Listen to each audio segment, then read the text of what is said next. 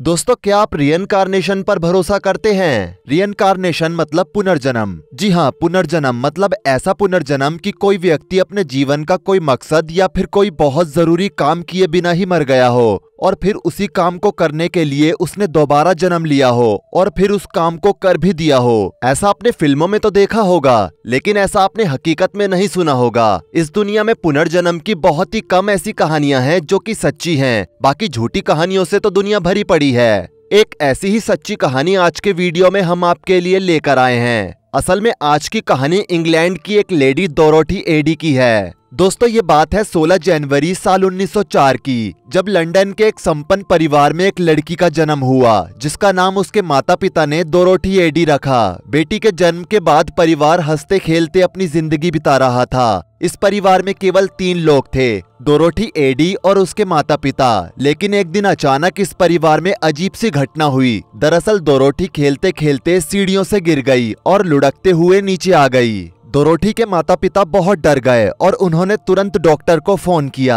Doctor उनके घर आए, उन्होंने चेकअप किया और डॉक्टर ने डोरोथी को मरा हुआ घोषित कर दिया। डोरोथी के माता पिता की हालत बुरी तरह से खराब थी। उन्हें समझ नहीं आ रहा था कि आखिर ऐसा कैसे हुआ, क्योंकि डॉक्टर के हिसाब से डोरोथी के सर पर कोई खास चोट भी नहीं आई थी और ना ही उसके सर से खून निकला था। लेकिन वो कहते हैं ना कि माता पिता का प्यार अपने बच्चों के लिए इतना होता है कि उनका ऐसी बात पर विश्वास करना थोड़ा मुश्किल होता है। दोनों ही लोग बहुत परेशान थे। उसके पिता ने एम्बुलेंस को कॉल किया और उसका इंतजार बाहर जाकर करने लगे कि एम्बुलेंस आ जाए तो डोरोथी को किसी बड़े हॉस्पिटल ले जाया जाए। डोरोथी के पापा ने काफी कोशिश की, लेकिन कुछ नहीं मिला। करीब 2 घंटे बाद जब उसके पिता थक हार कर घर आ गए तो उन्होंने देखा कि डोरोथी की मां बेड के एक किनारे पर सर रखकर रो रही है और उसी बेड पर डोरोथी लेटी हुई है। डोरोथी के पिता उसे उठाने के लिए आगे बढ़े तो उन्होंने जो देखा उससे उन्हें एक बार में यकीन ही नहीं हुआ।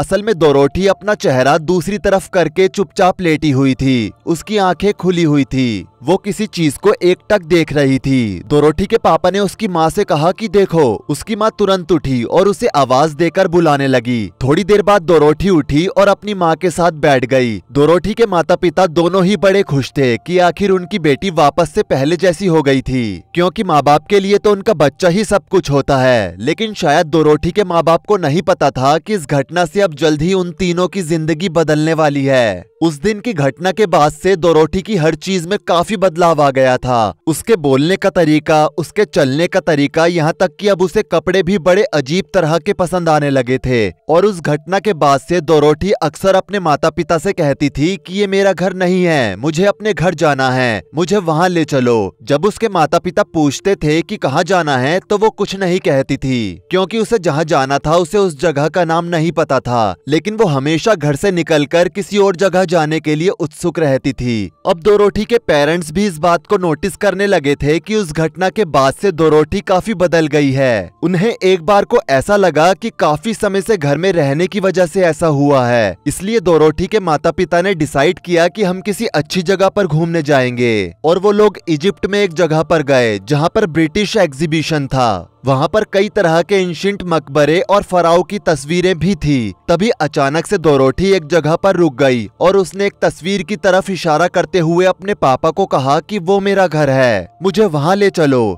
बता दे, तस्वीर में दिख रही वो चीज टेम्पल ऑफ सेटी यानी कि इजिप्ट के फराओ सेटी का मंदिर था, जिसकी तरफ डोरोथी ने इशारा किया था। डोरोथी इससे पहले वहां पर कभी भी नहीं गई थी, लेकिन वो उस जगह के बारे में ऐसे बता रही थी कि जैसे उसने वहां पर काफी समय बिताया हो, और ये बात उसके पेरेंट्स को बहुत परेशान कर रही थी। डोरोथी उस एग्जीबिशन में जाकर बहुत खुश थी। उसके माता पिता पहले तो परेशान रहते थे, लेकिन बाद में उन्होंने सोचा कि हो सकता है कि डोरोथी का मन इन्हीं कामों में लगता हो, इसलिए अब वो भी ज्यादा परेशान नहीं होते थे। डोरोथी के इंटरेस्ट को देखते हुए किसी ने उसे इजिप्टोलॉजी करने के लिए सजेस्ट किया, यानी कि एंशिएंट इजिप्ट का वैज्ञानिक अध्ययन। जैसे जैसे डोरोथी बड़ी हुई, प्राचीन मिस्र की स्टडी के चलते वहां के प्रति उसका जुनून और गहरा होता गया। जब वो 14 साल की हुई तो उसने सेटी के साथ अपने यौन संबंधों का वर्णन करना शुरू कर दिया। बता दे कि सेटी एंशिएंट इजिप्ट के 19th डायनेस्टी के दूसरे फराओ थे। यौन संबंधों के साथ वो ये भी कहती थी कि पिछले जन्म में वो सेटी की प्रेमिका थी। साथ ही उसने कई बार ये भी बताया कि हम रात में कई बार मिले भी हैं। ये सब सुनकर डोरोथी की माँ उससे बहुत नाराज हुई।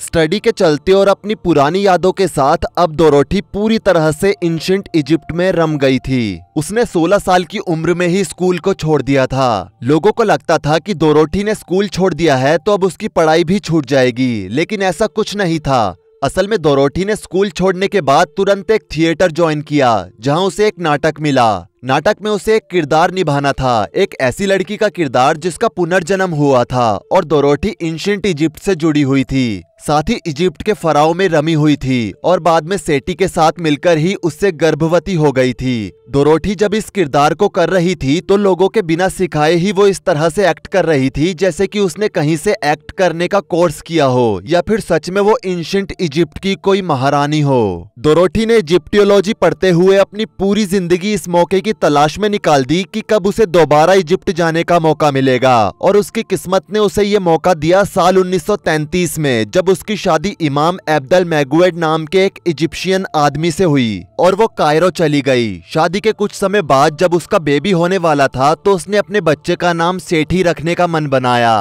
दोस्तों, इजिप्ट में एक रिचुअल है कि जब भी लड़की शादी करके अपने ससुराल जाती है तो उसे अपने घर का नाम छोड़कर एक नया नाम अपनाना होता है, और इस परंपरा को मानते हुए डोरोथी ने अपना नाम ओम सेटी रखा, जिसका मतलब होता है मदर ऑफ सेटी, यानी कि सेटी की माँ। अब वो जैसा चाहती थी बिल्कुल वैसा ही हो रहा था, और वो चाहती तो बहुत कुछ कर सकती थी, पर अब उसकी जिंदगी वैसी नहीं रही जैसी कि शादी के बाद एक लड़की की जिंदगी होती है, क्योंकि इमाम अब्देल मैगुएड से उसकी शादी एक सेल्फिश मोटिव वाली मैरिज ज्यादा लग रही थी, जिसे करने के पीछे डोरोथी के इजिप्ट आने की एस्पिरेशन थी, और यही चीज उनकी शादीशुदा जिंदगी में भी दिखने लगी, और वो अपने परिवार और बच्चों को समय देने के बजाय इजिप्टोलॉजी को ज्यादा प्रेफरेंस देती थी। यहाँ तक कि एक बार तो उसने अपने द्वारा लिखे गए नोट में ये भी कहा था कि उसकी जिंदगी का तो सिर्फ एक ही मकसद था, और वो था एबिडोस जाना, एबिडोस में रहना और एबिडोस में ही दफन हो जाना।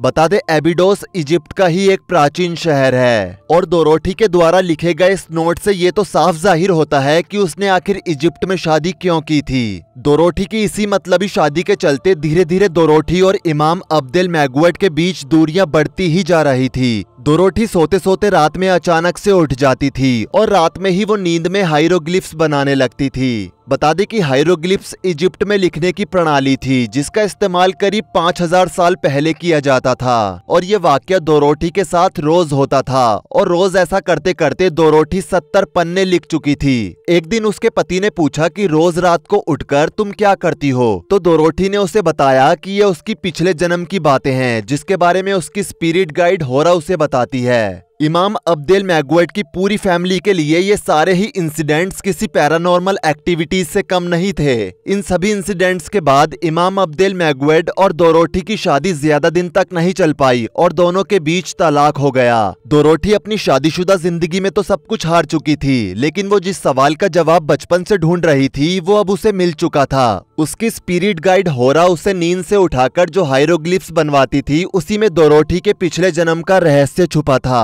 नींद में लिखी गई राइटिंग के हिसाब से आज से हजारों साल पहले डोरोथी पुनर्जन्म में ओम सेटी थी, जिसे एंशिएंट इजिप्ट में एक प्राइस्टेस यानी कि एक पुजारन की तरह कोमिल सुल्तान के मंदिर में पाला गया था, और उसको बचपन में सब बेंटरशिट कहकर पुकारते थे। एक पुजारन होने के नाते उसने आजीवन ब्रह्मचारी रहने की कसम खाई थी, और यही कसम उसकी मौत का कारण बनी। असल में बेंटरशीट जब 16 साल की थी तो उसी समय वहां का फराओ सेटी उससे प्यार करने लगा था, और उसी उम्र में बेंटरशीट के साथ शारीरिक संबंध भी बना लिए गए थे, और ना चाहते हुए भी बेंटरशीट सेटी से प्रेग्नेंट हो गई थी। अब क्योंकि उसने आजीवन कुंवारे रहने की कसम खाई थी और कहीं उसके प्रेग्नेंट होने की खबर से सेटी बदनाम ना हो जाए, इसलिए बेंटरशीट ने आत्महत्या कर ली थी। तलाक के बाद डोरोथी ने इजिप्ट में रहकर इजिप्टोलॉजी के बारे में पढ़ा और इजिप्ट के इतिहास में एक महत्वपूर्ण योगदान दिया। उसने इजिप्ट में स्थित खंडहरों के बारे में कई सारी महत्वपूर्ण जानकारियां आर्कियोलॉजिस्ट को दी। डोरोथी ने अपनी पूरी जिंदगी इजिप्ट के खंडहरों में बिता दी थी। उसने पिरामिड पर बहुत खोज की